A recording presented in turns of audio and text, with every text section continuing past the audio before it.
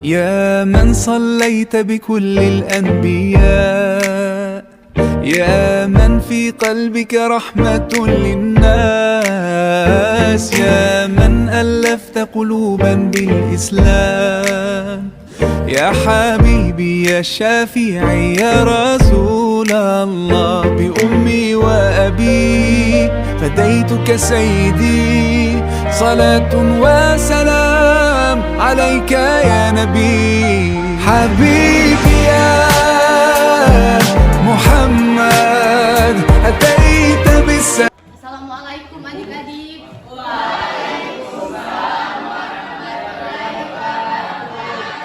Selamat pagi semua. Apa kabar hari ini? Sebelum belajar, mari kita berdoa dimulai.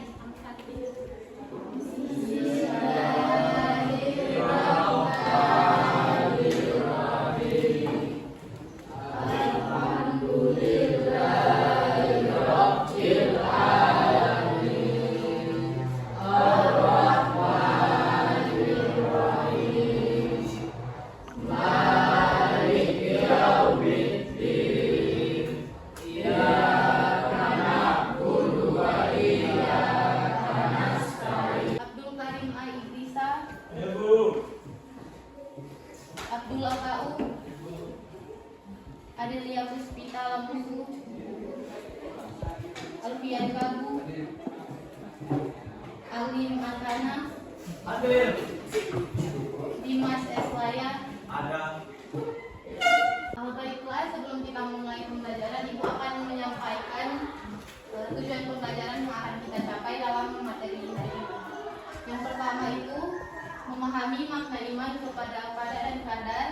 Hari ini kita akan belajar tentang memahami makna iman kepada qada dan qadar. Sebelumnya ada yang tahu apa itu qada dan qadar? Belum ada?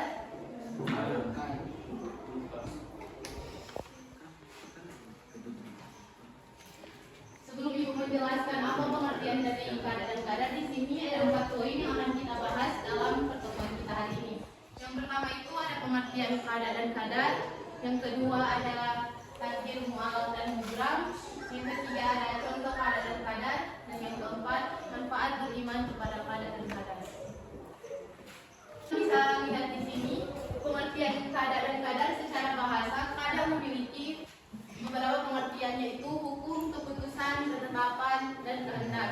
Sedangkan secara istilah berarti ketetapan Allah terhadap segala sesuatu dari zaman azali. Jadi ada yang tahu apa itu zaman azali? Jadi zaman azali itu sebelum segala sesuatu di dunia ini itu diciptakan. Sedangkan qadar itu berarti perwujudan dari kehendak Allah. Jadi sederhananya qada dan qadar itu saling berkesinambungan. Jadi qada itu ketetapan yang telah ditetapkan Allah kepada kita, sedangkan qadar itu perwujudan yang terjadi hari ini di kehidupan kita. Bisa dimengerti pengertian dari qada dan qadar? Ya. Selanjutnya poin kedua itu takdir mu'alaf dan takdir mubram. Di sini ditulis bahwa takdir mu'alaf itu sesuatu yang digantungkan. Takdir mu'alaf yang yaitu ketentuan Allah Subhanahu wa taala yang mengikut sertakan peran manusia. Manusia diberi peran untuk berusaha. Di sini maksudnya manusia diberi peran itu karena walaupun kita sudah ada takdir, maksudnya kita sudah ditakdirkan misalnya lahir dari keluarga yang kurang berkecukupan, tapi kita masih diberi peran untuk berusaha agar mungkin bisa atau sekolah dengan giat atau mendapatkan kerja yang bagus sehingga kita nanti bisa merubah takdir yang telah Allah tetapkan itu. Nah, itu termasuk dalam contoh takdir mu'alaf. Sedangkan pengertian dari takdir mubram, sesuatu yang tidak dapat dielakkan atau sudah pasti terjadi. Takdir mubram adalah ketentuan mutlak dari Allah Subhanahu wa taala yang manusia tidak diberi peran olehnya. Nah, di sini maksudnya contohnya seperti kematian, usia manusia. Nah, di situ kan kita tidak diberi peran. Jadi takdir mubram itu sudah memang akan terjadi kepada kita. Bisa dimengerti anak-anak? Ya. Yang ketiga itu ada contoh pada dan kadar. Jadi banyak contoh yang kita bisa lihat di kehidupan kita. Ibu akan memberi sedikit contoh. Jadi misalnya begini, kita berangkat dari kampus mau pulang dari kampus ke kos. Nah kan di situ kita bawa motor, sudah hati-hati. Kita tidak tahu apa yang akan terjadi di jalan nanti. Walaupun kita sudah hati-hati, ternyata di jalan kita mendapat musibah, misalnya ada yang senggol atau jatuh mungkin. Poin yang terakhir yaitu ada manfaat beriman kepada pada dan kadar. Di sini ada menenangkan jiwa, senantiasa bersikap sabar dan syukur, menumbuhkan sifat optimis, menjauhkan diri dari sifat sombong. Nah, kenapa disebut bisa menenangkan jiwa? Karena jika kita beriman kepada pada dan kadar, saat kita mendapatkan musibah, kita percaya bahwa ini sudah memang ketentuan dari Allah. Ketika kita mendapatkan sesuatu yang kita inginkan, kita senantiasa akan bersyukur karena itu adalah ketetapan dari Allah yang sudah Allah tetapkan sebelum kita lahir. Yang ketiga itu menumbuhkan sifat optimis. Nah, maksudnya menumbuhkan sifat optimis ini, misalnya salah satu dari kalian ada yang ingin jadi polisi misalnya, tapi mungkin ada kendala di ekonomi atau di fisik begitu. Tapi ketika kita beriman kepada pada dan kadar, berarti kita percaya bahwa ketetapan itu ada kepada kita. Itu adalah poin keempat, menjauhkan diri dari sifat sombong.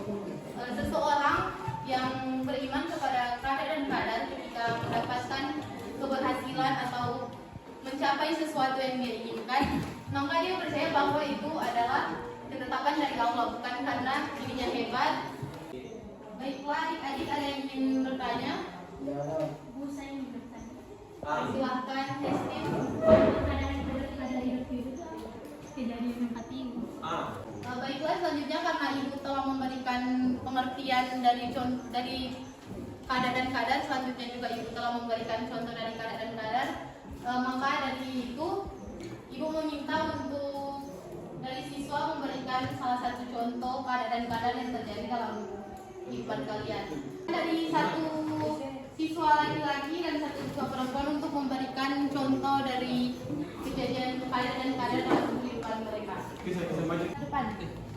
Saya akan menceritakan Yang lain mohon perhatiannya. kejadian saya yang terjadi kemarin. So banyak kejadian yang terjadi di kehidupan sehari-hari. Baiklah adik-adik, sekarang jadi kalian akan ibu beri kuis. Nanti hanya 2 orang yang beruntung. Kalau bisa menjawab kuis yang ibu berikan ada hadiah. Kenapa ibu tadi buat sesi tanya jawab, supaya kalau ada yang kalian tidak mengerti bisa kalian tanya, karena nanti di akhir pembelajaran itu ada kuis. Oke, nanti kuisnya akan ibu tampilkan di sini. Kalian bisa amati dulu pertanyaan dari kuis yang ibu berikan. Nanti 2 orang tercepat yang angkat tangan lalu maju ke depan yang bisa menjawab yang akan ibu berikan hadiah. Angkat tangan yang ingin menjawab, angkat tangan. Saya bisa Dari Jinakan Estin, pertanyaan nomor berapa? warahmatullahi wabarakatuh. Waalaikumsalam warahmatullahi wabarakatuh. Saya akan menjawab kuis nomor 2 yang termasuk dalam takdir mualaf, yaitu kesehatan dan kepandaian. Sedangkan yang termasuk dalam takdir muhal yaitu ajal atau rezeki. Kenapa kesehatan dan kepandaian itu termasuk dalam takdir mualaf? Saya takdir mualaf saya. Ya, karena kesehatan itu bisa kita usahakan. Kita bisa jaga kesehatan, berarti kita sudah usaha untuk menjaga tubuh kita. Ya. Sedangkan kalau kepintaran, kalau mungkin misalnya kita sebelumnya tidak, misalnya waktu ulangan begitu kita tidak bisa menjawab soal yang ada, nah itu bukan takdir bahwa kita bodoh atau tidak pintar, tapi itu kita harus lebih berusaha, misalnya dalam belajar.